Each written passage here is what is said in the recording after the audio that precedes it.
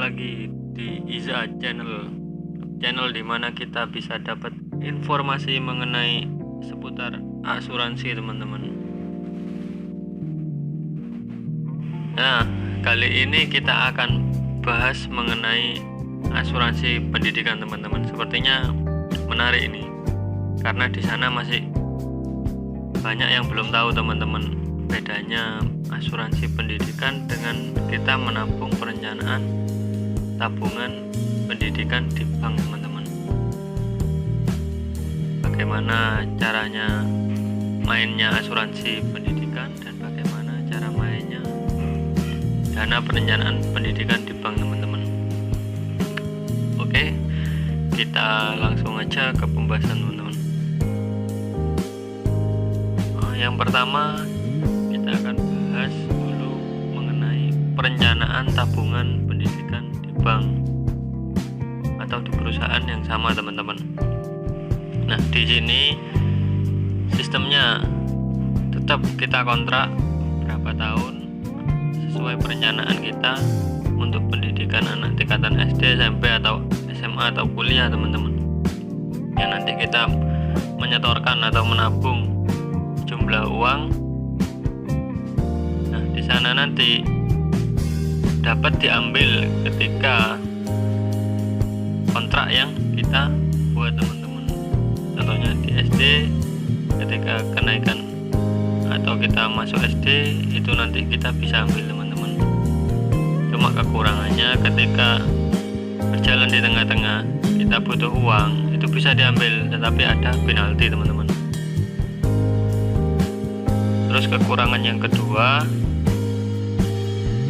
ketika kita mulai menabung sekarang dan kita rencanakan nanti untuk anak kita ke jenjang berikutnya SD, SMP, SMA atau kuliah, ketika di tengah jalan terjadi resiko kepada orang tua yang terjadi, maka yang akan keluar cuma tabungannya saja teman-teman. Sesuai kontrak tadi, tabungan yang dikurangi dengan penalti teman-teman, karena belum usai kontraknya atau belum mencapai di masa pendidikannya yang diinginkan oleh nasabah teman-teman. Nah, mungkin kelemahannya ada di situ teman-teman. Untuk kelebihannya, ketika sudah kita memasuki akhir kontrak, ketika anak kita sudah ingin pendaftaran, di sana kita akan mendapatkan sejumlah uang sesuai teman-teman, sesuai apa yang kita tabung, kemudian ditambah sedikit bunga atau bagi hasil teman-teman.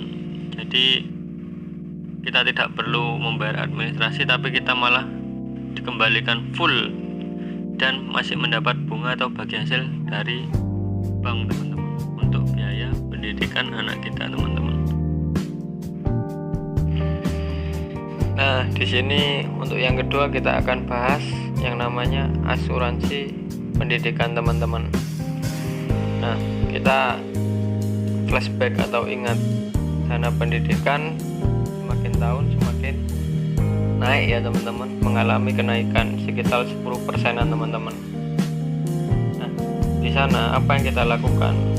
Sama-sama nih teman-teman, kita menabung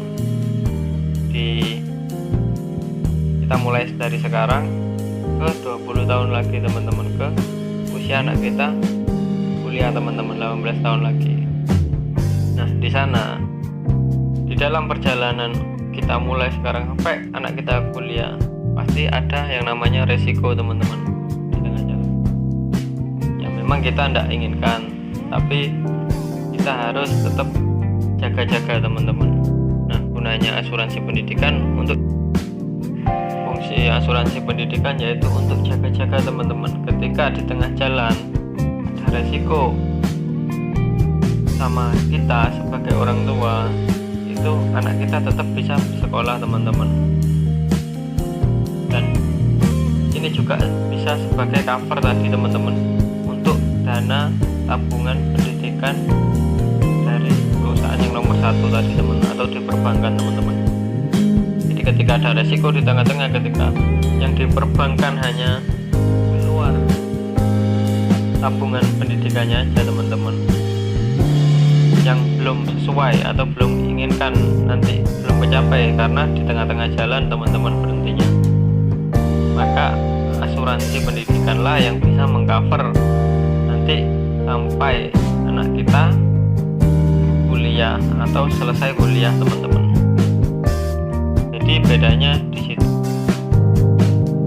Nah, mungkin untuk kekurangannya di sini teman-teman, kalau kita naruh uang di asuransi, kita perlu ketahui asuransi adalah biaya teman-teman, dimana kita per bulannya dikenakan biaya administrasi teman-teman. Untuk apa? Yaitu untuk ditukar nanti dengan cover asuransi pendidikannya teman-teman. Atau kita taruh uang 1 juta, itu tidak murni teman-teman, uang kita yang ada di tabungan untuk pendidikan anak kita itu 1 juta, tapi nanti pasti ada biaya administrasi per bulannya. Kita misalkan contoh 100.000.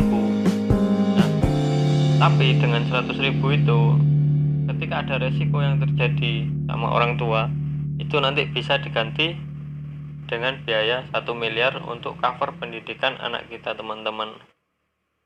Nah, jadi nggak rugi juga, tapi tetap kita harus tahu ada biaya administrasi teman-teman. Nah, keuntungannya teman-teman, kita buat perencanaan pendidikan di asuransi teman-teman, yaitu yang pertama, pastilah kita dapat cover pendidikan teman-teman untuk anak kita. Ketika ada resiko di tengah jalan, kita nggak bisa mengumpulkan uang di tengah jalan, orang tua kita terkena resiko, anak kita nggak usah khawatir, pendidikannya akan dijamin oleh asuransi, karena uang pertanggungan dari orang tua akan turun teman-teman. Terus yang kedua, akan tetap muncul saldo teman-teman, walaupun nggak full seperti di perbankan, karena tadi saya sudah jelaskan di sebelumnya, ini ada muncul biaya-biaya teman-teman. Nah, itulah keuntungan kita membuat asuransi pendidikan teman-teman. Nah, sudah tahu kan masing-masing perbedaan dari dana perencanaan pendidikan atau tabungan perencanaan pendidikan di bank dengan asuransi pendidikan. Kita sudah tahu di sana, dan kita tadi sudah bahas kelebihan dan kekurangannya. Nah, saranku teman-teman, di setiap produk ada kelebihan dan kekurangannya masing-masing, tetapi alangkah baiknya kita menyiapkan kedua-duanya teman-teman, karena kedua-duanya sangatlah penting. Yang pertama, kita siapkan tabungan perencanaan pendidikan, terus yang kedua kita lengkapi dengan cover pendidikan untuk anak kita teman-teman. Kenapa? Karena resiko bisa saja terjadi sewaktu-waktu teman-teman. Alangkah baiknya kita punya tabungan, dan alangkah baiknya lagi kita punya tabungan yang lebih besar teman-teman. Oke, terima kasih teman-teman telah nonton video saya tadi. Nah, semoga informasi dari saya bermanfaat.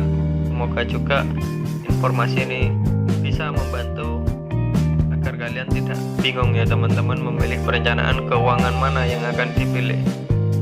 Oke, tapi sebelum itu teman-teman jangan lupa klik tombol subscribe dan like-nya, karena itu membantu channel saya untuk berkembang teman-teman. Oke, sekian dari saya.